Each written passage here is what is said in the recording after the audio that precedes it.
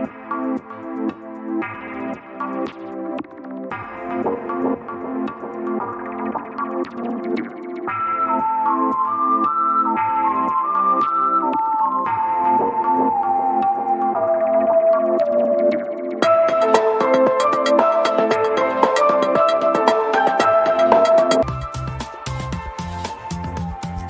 à tous et bienvenue sur le Réveil Éco pour une édition spéciale BCE.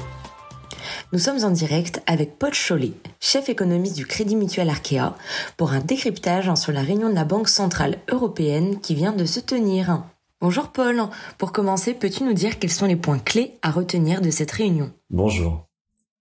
À l'issue de la réunion de politique monétaire de la Banque Centrale Européenne, plusieurs points nous apparaissent comme essentiels. Le premier, c'est que Christine Lagarde a décidé de maintenir les taux directeurs de la BCE à leur niveau actuel, donc ceux qui avaient été fixés en septembre dernier. Donc le taux de dépôt, par exemple, avait été amené de 3,75 à 4% en septembre dernier, il est maintenu à 4%. Je rappelle que depuis juin 2022, la BCE a procédé à 450 points de base de hausse des taux, ce qui est une hausse historique depuis la mise en place de la Banque Centrale Européenne.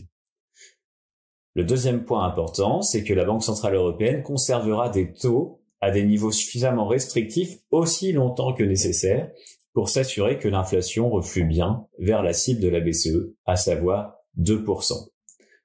Enfin, un troisième point clé est finalement l'absence de discussion durant cette réunion sur le programme d'urgence pandémique qui avait été mis en place du coup pendant la pandémie, dont les tombées sont réinvesties jusqu'à la fin 2024. Une partie des banquiers centraux s'était exprimée le mois dernier quant à une possible révision de cette échéance un petit peu plus tôt. Donc il n'en est rien. Et de toutes ces annonces, laquelle te paraît la plus importante et a conduit le marché à réagir ? Les marchés financiers ont peu réagi à l'issue de cette réunion de politique monétaire. Donc ça signifie que l'essentiel des informations communiquées par Christine Lagarde était déjà intégré par le marché avant cette réunion. Bon, néanmoins, il y a une information qui ressort peut-être de l'ensemble des éléments communiqués, c'est bien celle qui concerne le plan d'urgence pandémique.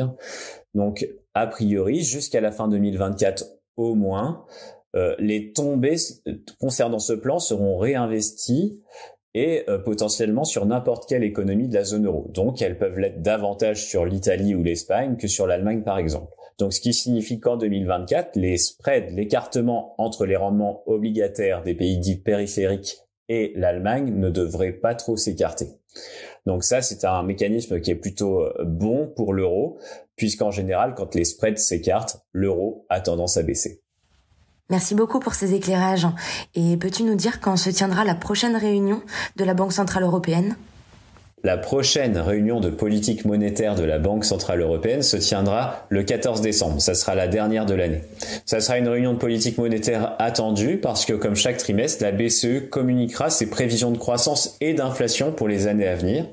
Et donc, ces potentielles révisions par rapport à septembre permettront de donner une tonalité pour l'ensemble de l'année 2024 à la politique monétaire de la Banque Centrale Européenne.